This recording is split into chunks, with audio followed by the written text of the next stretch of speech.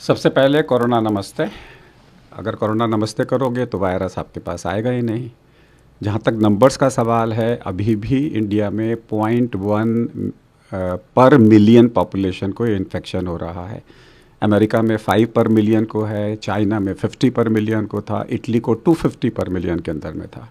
तो इसका मतलब है अभी भी हमारे देश के अंदर में कम्युनिटी स्प्रेड नहीं हुआ है। जब तक कम्युनिटी स्प्रेड नहीं होता है तब तक हम स्टेज 2 में हैं, यानी कि या तो प्राइमरी केसेस हो रहे हैं या सेकेंडरी केसेस हो रहे हैं और हर केस का हम कॉन्टैक्ट ढूंढ पा रहे हैं। तो उस सिचुएशन के अंदर में हमारी प्रिकॉशंस बाकी कंट्रीज़ की प्रिकॉशन से डिफरेंट होंगी। डेथ तो होंगी, क्योंकि हर डेथ का जो रेट है वो 3% है। भारत में 80 केसेस हो गए हैं। अगर 100 के अंदर में 3 लोगों की डेथ होनी है तो 2 लोगों की डेथ 80 के अंदर में एक नॉर्मल डेथ है। हम इसको पैनिक नहीं बोलेंगे। अगर हम देखेंगे तो हमारे यहाँ पे 23 केसेस 4 तारीख को आए थे। इसका जो डबलिंग टाइम है वो 7.1 डेज़ है। उसके हिसाब से जो नेक्स्ट पीक आना था 4 तारीख के बाद में वो 10 और 13 के बीच में आना था और वो आया। तो ये नॉर्मल डबलिंग टाइम है, यानी कि अब जो नेक्स्ट पीक आएगा वो 16 और 19 तारीख के बीच में आएगा, वो भी नॉर्मल होगा।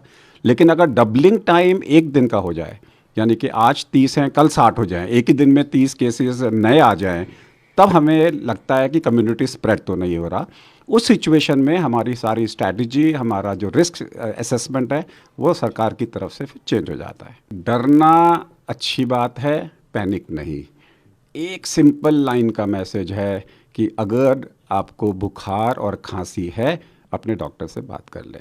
फीवर एंड खांसी याद रखिए, अगर आपको सिर्फ खांसी है तो पोल्यूशन, खांसी के साथ में जुकाम है तो एलर्जी, जुकाम और खांसी के साथ में आपको बुखार है तो फ्लू, अगर आपको गले में खराश है और बुखार है तो बैक्टीरियल इन्फेक्शन। लेकिन अगर आपको खांसी के साथ बुखार है और सांस फूल रहा है तो ये कोरोना के लक्षण हो सकते हैं। इसके अलावा किसी को भी चिंता करने की ज़रूरत नहीं है।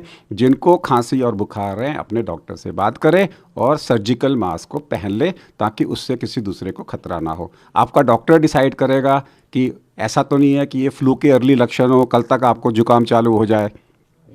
तो इसलिए आज की डेट में आपकी रिस्पॉन्सिबिलिटी यही बनती है, या तो सरकार के नंबर पे डायल करें या अपने लोकल डॉक्टर से बात करें कि मैं क्या करूं। डॉक्टर के पास रश करने की ज़रूरत नहीं है।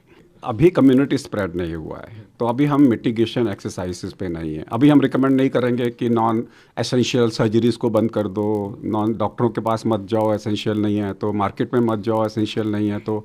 अभी तो सिर्फ एक ही चीज़ है और वो एसेंशियल कमोडिटीज़ एक्ट और साथ में नेशनल डिज़ास्टर एक्ट और साथ में जो है हमारा एपिडेमिक डिसीज़ एक्ट एनेक्ट हो गया है कि कोई भी आदमी अगर खांसी के साथ में अगर उसको बुखार है और वो पब्लिक प्लेस में जाता है और अपने आप को डिस्क्लोज़ नहीं करता तो उसको जेल हो सकती है।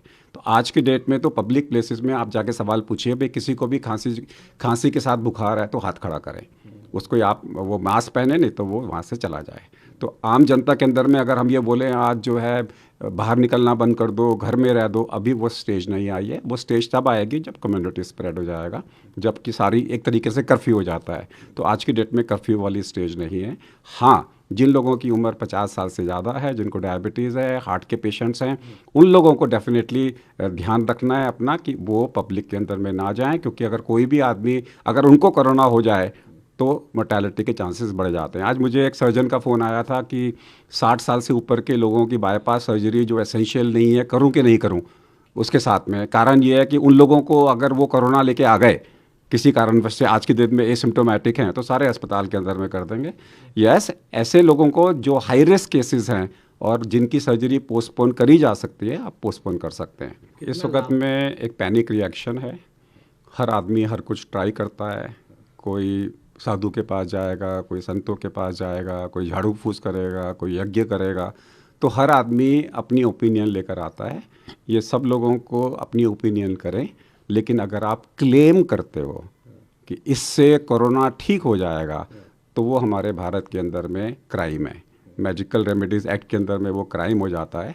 उसके लिए आपको प्रूफ करना पड़ेगा, और अगर आप ये प्रूफ कर सकते हो कि गौमूत्र से कोरोना ठीक हो सकता है तो इमीडिएटली आपको नोबेल प्राइज़ मिलने की सिफारिश करनी चाहिए और मिलना चाहिए। क्योंकि आज की डेट में नोबेल प्राइज़ कमेटी यही देख रही है कि कोई ऐसी इन्वेंशन आ जाए जिससे कोरोना ठीक हो जाए, हम उसको नोबेल प्राइज़ बांटें।